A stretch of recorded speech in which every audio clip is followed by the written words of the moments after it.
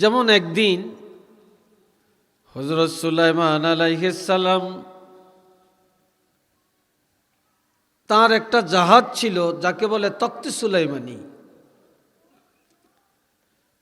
৬০,০০০ মানুষ এই জাহাজে ধরত, কিন্তু ইঞ্জিন নাই, কোনো মেশিন নেই।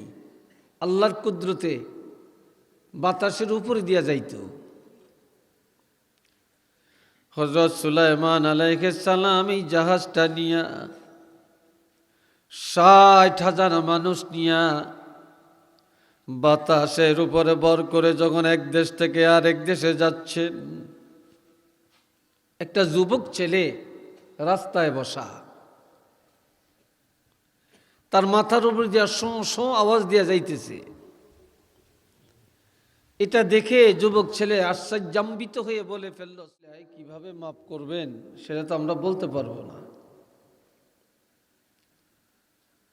এক সাহাবী বলছেন, ইয়া রাসূলুল্লাহ সাল্লাল্লাহু আলাইহি ওয়াসাল্লাম,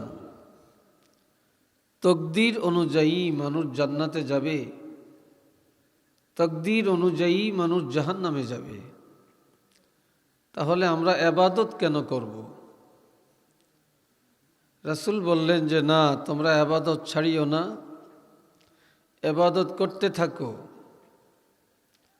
আল্লাহ পাক যাকে জান্নাতে নিবেন তার দ্বারা এই দুনিয়াতে জান্নাতের আমলগুলো করাবেন, আর যে জাহান্নামে যাবে এই দুনিয়াতেই সে জাহান্নামের আমল করে কবরে যাবে। কাজে আমল ছাড়া যাবে না। দুনিয়াতে এখন অনেক ওয়াজ হইতেছে, সবাই আমার দিকে চায়া কথা শোনেন।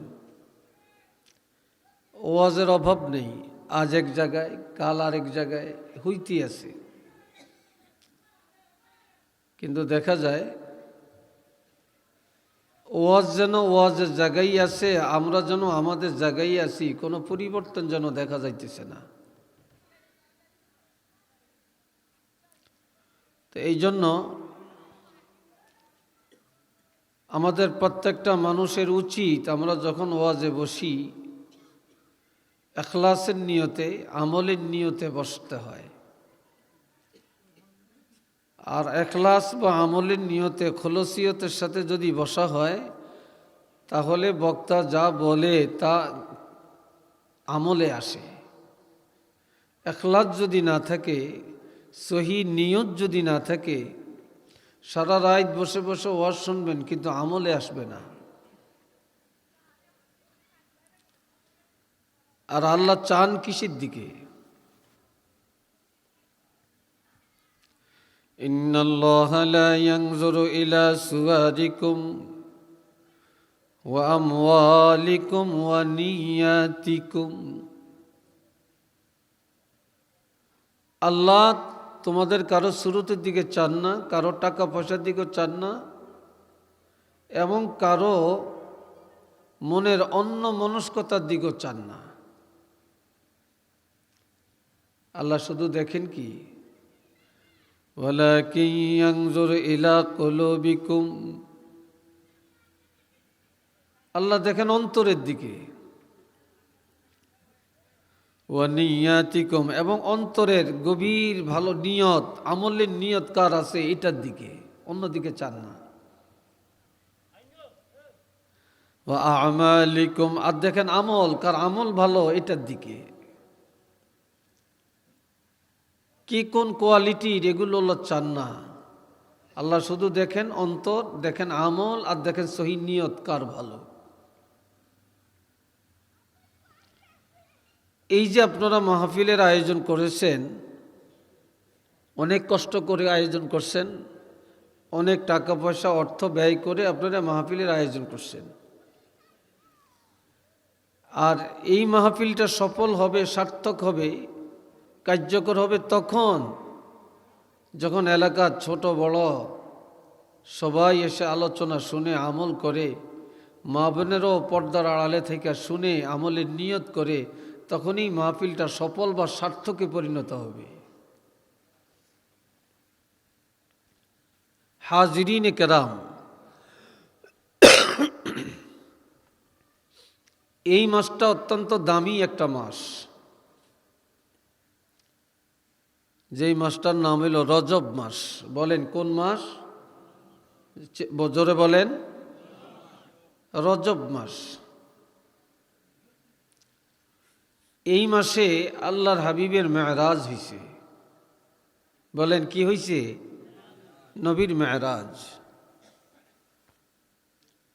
সমস্ত নবী রাসূলদেরকে আল্লাহ কোনো না কোনো মুআজিজা দিয়া পাঠাইছেন, তবে কারো মুআজিজা 5টা, কারো মুআজিজা 10টা, কারো মুআজিজা 20টা, 30টা, 40টা, 90-র উপরে কারো মুআজিজা নাই। হযরত মুসা আলাইহিস সালামের মুআজিজা ছিল 90 পর্যন্ত। আর আমার নবীর মুআজিজা হলো হাজার হাজার। আমার নবীর মুআজিজা অসংখ্য। তো নবীর মুআজিজার মধ্যে সবচেয়ে বড়, সবচেয়ে দামি, উল্লেখযোগ্য যে মুআজিজা, অলৌকিকতা, সেটা ছিল যেই কোরআন পৃথিবীর কেউ গ্রহণ করতে চায় না আর গ্রহণ করার ক্ষমতা ছিল না, সেই 30 পারা কোরআন আল্লাহ রাসূল পাকের উপরে অবতীর্ণ করলেন। এটা সবচেয়ে বড় মুআজিজা। এর পরের মুআজিজাটা হচ্ছে, যত নবী রাসূল পয়গম্বর আল্লাহ পাঠিয়েছেন, কোন নবী আরশে আজিম পর্যন্ত যান না। কারোর জন্য মেরাজের আয়োজন হয় না, কিন্তু আল্লাহ পাক আমার নবীর জন্য এই মেরাজের আয়োজন করলেন, আরশে আজিম পর্যন্ত নিলেন, আল্লাহর সাথে, রাসূলের সাথে আল্লাহ দিদার করালেন। আল্লাহ পাকের কুদরতের বস্তু নিচয়গুলো একটা একটা করে পরিদর্শন করালেন। আল্লাহর জগৎটা, আল্লাহর সৃষ্টিকুল, আল্লাহর কুদরতি হাতে ধরে সব কিছু পরিদর্শন করিয়ে দিলেন। একটু চিল্লিয়ে বলেন সুবহানাল্লাহ। এটা নবীর আরেকটা সবচেয়ে বড় মুআজিজা। নবীজির এই মেরাজটা নবুয়তের 10ম বৎসরে 52 বছর 7 মাস বয়সে আল্লাহ পাক রাসূলের জন্য এই মেরাজের আয়োজনটা করছে।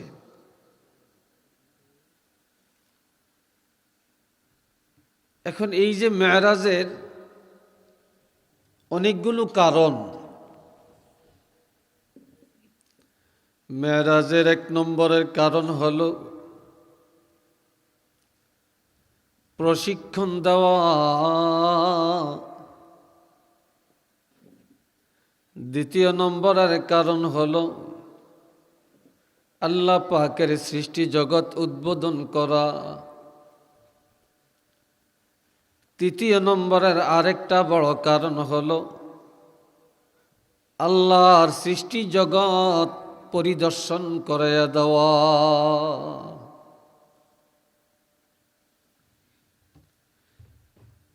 এই ছিল মেরাজের কারণ। আরো অনেক কারণ আছে, মূল এই 3টা কারণ ছিল। হাজিরিনে কেরাম, আমি তো চিনি খাই না, খুব খেয়াল করবেন। আপনারা পিছনে বসছেন কেন? আপনারা কাছে আসেন। আলাদা আলাদা কেন বসছেন? সব লেগে বসেন, কাছে এসে বসেন। এ ভাইরা রে আমার প্রাণের নবী রহমাতুল লিল আলামিন, এই মেরাজটা হয়েছে বাইতুল্লাহ থেকে। কোত্থেকে? মক্কা শরীফ, বাইতুল্লাহ শরীফ থেকে। বাইতুল্লাহ শরীফের পশ্চিম দক্ষিণ কর্নার, এটা হলো রুকনি ইয়ামানি। এই রুকনি ইয়ামানি বরাবরে যে হেরেম শরীফের নিকটে এই জায়গা ছিল রসুল পাকের ফুফি আম্মা উম্মে হানির ঘরে শায়িত ছিলেন। সেখান থেকে বাইতুল্লাহ শরীফের কাছে আনলেন। বাইতুল্লাহ শরীফের উত্তর পাশে একটা জায়গা আছে, বাইতুল্লাহর অংশ, এটাকে বলে মিজাবে হাতিমে কাবা। কি বলে? হাতিমে কাবা। এটা সহ তওয়াফ করতে হয়। এই হাতিমে কাবা বাদ দিয়া তওয়াফ করলে আপনার হজ হবে না, তওয়াফ হবে না। এই হাতিমে কাবার মধ্যে রাসূলকে নিয়ে আসলেন। সেখান থেকে বোরাকে চড়াইয়া বাইতুল মুকাদ্দেসে আনলেন। বাইতুল মুকাদ্দেস থেকে ঊর্ধ্ব জগতে ভ্রমণ করালেন, 7 আসমান ভ্রমণ করালেন। 7 আসমানের পরে বাইতুল মুআল্লাতে নিয়ে গেলেন। সেখান থেকে জান্নাত দেখালেন, জাহান্নাম দেখালেন। এরপরে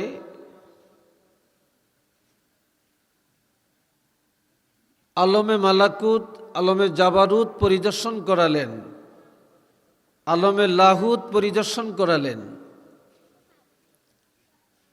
আলমে নাসুত পরিদর্শন করালেন। এরপরে সিদরাতুল মুনতাহায় নিয়ে গেলেন। সিদরাতুল মুনতাহায় যাওয়ার পরে সেখান থেকে আল্লাহ পাকের একটা কুদরতি সওয়ারি, যাকে বলে রফরফ। কি বলে? রফরফ। এটা একটা লিফট। এই লিফটে চড়াইয়া আল্লাহ পাকের আরশে আজিমের মধ্যে নিয়ে গেলেন।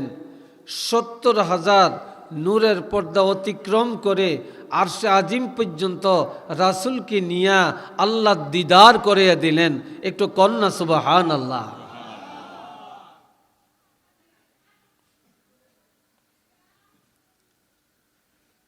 আমার প্রাণের ভাইয়েরা, আমার আল্লাহ পাক বলেন, সুবহানাল্লাযী আসরা বিআবদিহি লাইলাম মিনাল মাসজিদিল হারামি ইলাল মাসজিদিল আকসাল্লাযী বারাকনা হাওলাহু লিনুরিয়াহু মিন আয়াতিনা ইন্নাহু হুয়াস সামিউল বাসীর। এই মেরাজটা নবীর জন্য এটা একটা আশ্চর্যের ঘটনা। আমরা দেখেন কোনো আশ্চর্য আলোচনা আসলে সুবহানাল্লাহ বললে একটা আওয়াজ দিই, বলি না? সুবহানাল্লাহ বলি, আল্লাহ পবিত্র। কিন্তু এই শব্দটা ওই সময়ই বেশি উচ্চারণ হয় যখন আশ্চর্যজনক কোনো আলোচনা আসে, কোনো ঘটনা আসে।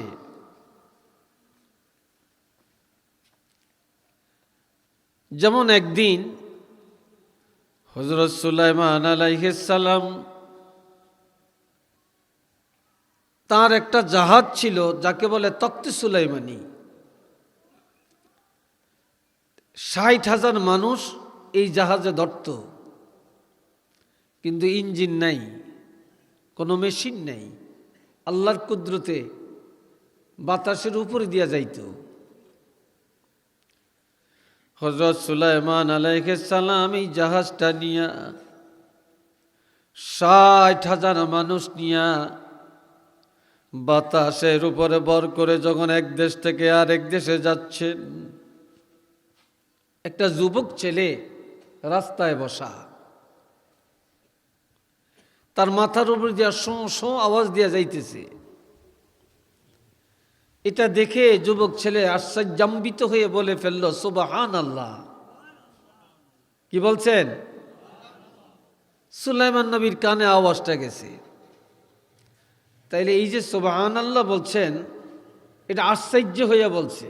কি হয়ে বলছে? আশ্চর্যান্বিত হয়ে বলছে। হযরত সুলাইমান আলাইহিস সালাম তক্তে সুলাইমানি বন্ধ করে থামাইয়া যুবকটার কাছে এসে বলে, যুবক, কি কারণে সুবহানাল্লাহ বলেছ? বলে, হুজুর, এই যে আমার মাথার উপরে যে জাহাজটা যাচ্ছে হাজার হাজার মানুষ নিয়ে, এটা দেখে আমি আশ্চর্য হয়ে এই কথাটা বলছি। হযরত সুলাইমান আল্লাহর পয়গম্বর বললেন, বাবা যুবক, তোমার জওয়ানি জবানের এই সুবহানাল্লাহ এত দামি। এই সুবহানাল্লাহ যদি একটা পাল্লায় রাখা হয়, আর আমার এই তক্তে সুলাইমানি অর্থাৎ পুরাটা জাহাজ, এর মধ্যে আরো 60,000 মানুষ, এই সব যদি আর একটা পাল্লায় রাখা হয়, তারপরে আল্লাহর কসম করে বলতে পারি, তোমার এই সুবহানাল্লাহর ওজন কোটি কোটি গুণে ভারী হয়ে যাবে।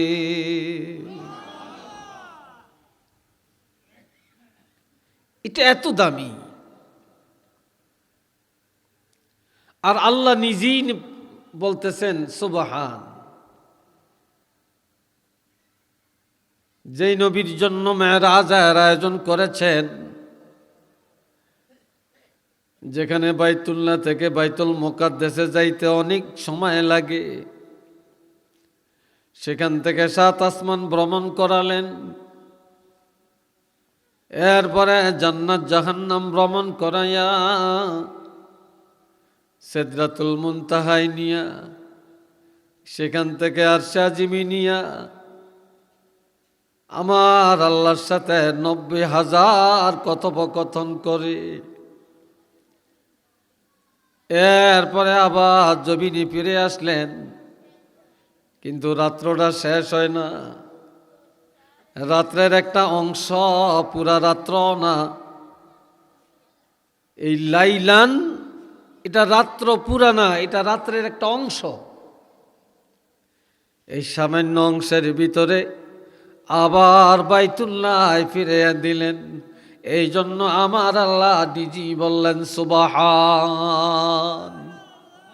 জোরে কন্যা সুবহান আল্লাহ।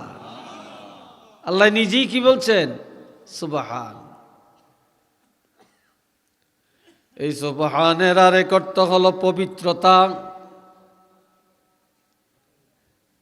আরেক অর্থ কি? পবিত্রতা। আমার আল্লাহ পবিত্র, সুবহান আল্লাহ, আল্লাহ পবিত্র। আমার নবী পবিত্র, নবীর মেরাজের আয়োজন এটা পবিত্র। সুবহানাল্লাযী, সে আল্লাহ হলেন সুবহান, যিনি আসরা ভ্রমণ করালেন বিআবদিহি, তাহার বান্দাকে, লাইলান, রাত্রের এক অংশে, মিনাল মসজিদিল হারামি, মসজিদে হারাম থেকে, ইলাল মসজিদিল আকসা, মসজিদে আকসা পর্যন্ত ভ্রমণ করালেন। সে আল্লাহ হলেন সুবহান। একটু চিল্লিয়া বলেন না সুবহানাল্লাহ।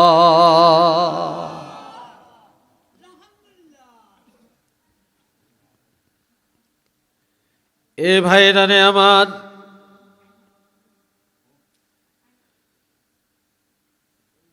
আমার আল্লাহ নবীর জন্য যখন আয়োজন করেন, এই আয়োজনের একটা মূল কারণ ছিল নবীর আম্মা হযরত আমেনা। এই আমেনার একটা কথা আল্লাহ কবুল করলেন। সেই কথাটা ছিল, আমার নবী রহমাতুল লিল আলামিন একদিন বিকালবেলায় ছোট ছোট বাচ্চারা মাঠে খেলাধুলা করেন, নবীজি মাঠের কিনারে বসে বসে তাদের খেলা দেখেন। বিকাল হয়ে গেছে, রাত হয়ে গেছে, কারো বাপ, কারো মা, কারো আপনজন এসে এই বাচ্চাকে নিয়ে বাড়ি যায়। যাওয়ার টাইমে এটা কি প্রশ্ন করে, ওটা কি প্রশ্ন করে, ওটা কি প্রশ্ন করে, বাবা মা জবাব দেন। এটা দেখে নবী কাঁদেন। নবীর আম্মা এসে বলে, বাবা মুহাম্মদ রে, তুমি কেন বাড়ি আসো না? আয়, আমি মায়ের কোলে আসো। বলে, মা,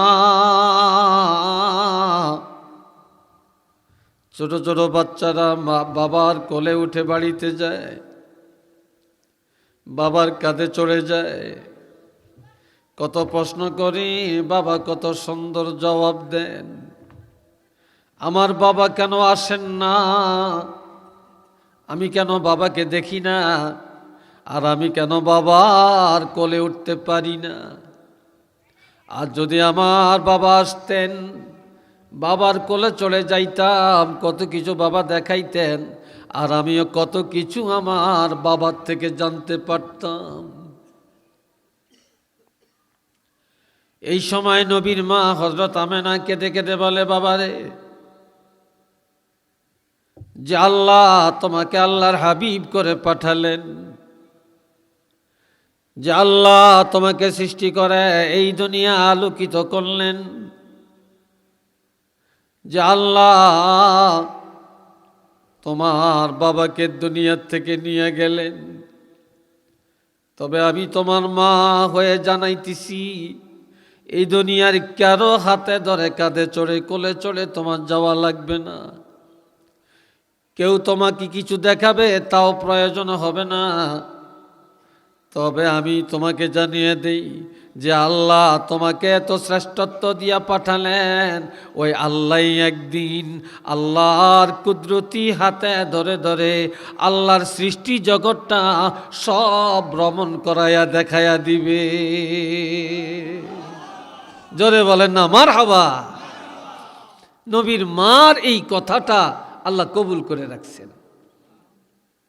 সেই জন্যই এই মেরাজের রাত্রে আল্লাহর কুদরতি হাতে ধরে আল্লাহর হাবিবকে আল্লাহ সব কিছু দেখিয়ে দিলেন। আল্লাহ মেরাজের আয়োজন করলেন। এই জন্যে আমার আল্লাহ বলেন, এই মেরাজটা দুই ভাগে বিভক্ত। বলেন কয় ভাগ? এই জোরে বলেন কয় ভাগ? দুই ভাগ। একটাকে বলা হয় আসরা, আর একটাকে বলা হয় মেরাজ। আসরা হলো রাত্রিকালের ভ্রমণ, আসরা হলো জমিনের ভ্রমণ। বাইতুল্লাহ থেকে বাইতুল মুকাদ্দাস পর্যন্ত নবীকে যে ভ্রমণটা করালেন এটাকে বলে আসরা। আর বাইতুল মুকাদ্দাস থেকে ঊর্ধ্ব জগতের যে ভ্রমণ এটাকে বলে মেরাজ। এই জন্য আমার আল্লাহ বলেন, আসরা বিআবদিহি। দুনিয়াতে যার যত লকব, যার যত উপাধি, আবদিয়াতের উপাধি হলো সবচেয়ে বড় উপাধি, আর এটা সবচেয়ে বড় মোহাব্বতের লকব। আল্লাহ নবীকে অনেক লকব দিয়েছেন, কিন্তু মেরাজের এই আলোচনায় আল্লাহ নিজে বলছেন আসরা বিআবদিহি। আল্লাহ ভ্রমণ করালেন তার প্রিয় বান্দা। দুনিয়াতে যত বান্দা, যত গোলাম, আল্লাহর হাবিবের চেয়ে আল্লাহর কাছে এত মোহব্বতের বান্দা আর কেউ নাই। আছে নাকি? আর কেউ নাই। আল্লাহ যাকে আবদিয়াতের লকব দান করলেন, কেন? লিনুরিয়াহু মিন আয়াতিনা। আমি আল্লাহ আমার কুদরতের নিদর্শন, বেহেশত দোজখ, জান্নাতীদের কি অবস্থা, জাহান্নামীদের কি অবস্থা, কোন পাপের কারণে কোন সাজা, এগুলো একটা একটা করে আল্লাহ দেখাবেন। ঈসা রুহুল্লাহর জন্মস্থান দেখাবেন। এরপরে সুদখোরের আযাব, ঘুষখোরের আযাব, ছগলখোরের আযাব, জিনাখোরের আযাব, মদখোরের আযাব, বেনমাজির আযাব, বেইলমি বেআমলি বক্তার শাস্তি, এগুলো একটা একটা করে আমার রাসূলকে দেখাতে দেখাতে আমার আল্লাহ বাইতুল মুকাদ্দাস পর্যন্ত রাসূলকে নিয়ে গেলেন। আমার প্রাণের নবী রাহমাতুল লিল আলামিনের মেরাজ শুরু। আমার আল্লাহ জিবরাইল আমিনকে বললেন, জিবরাইল জান্নাতে যাও। জোরে বলেন, কোথায়? কথা বলেন না কেন? জান্নাতে যাও। জান্নাতুল ফেরদাউসে যে দেখবা অসংখ্য বোরাক, তা থেকে একটা বোরাক বাইতুল্লাহর কাছে নিয়ে যাও। আমার হাবিবের সেখান থেকে নিয়ে আসো। হযরত জিবরাইল আলাইহিস সালাম জান্নাতে গেলেন, অসংখ্য বোরাক দেখলেন। তবে কোন বোরাকটা রাসূলের জন্য নিবেন এটা তিনি জানেন না। এখন আল্লাহকে জিজ্ঞাসা করে, আল্লাহ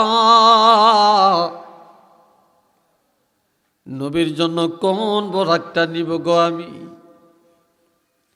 বলে, যেই বোরাকটা দেখবা মাথা নিচু করে আছে, কানতে আছে, পালচ্যুত হয়ে, দলচ্যুত হয়ে, একাকার হয়ে, তাকে একটু জিজ্ঞাসা করো সে কেন মাথা নিচু করে কানতেছে, তার থেকেই তুমি জবাব পাইবা। যে বোরাকটা আলাদা, মাথা নিচু করে কান্নাকাটি করে, জিবরাইল আমিন জিজ্ঞাসা করে, বোরাক তুমি আলাদা কেন? তুমি দল ত্যাগ করে একাকার কেন? মাথা নিচু করে কাঁদো কেন?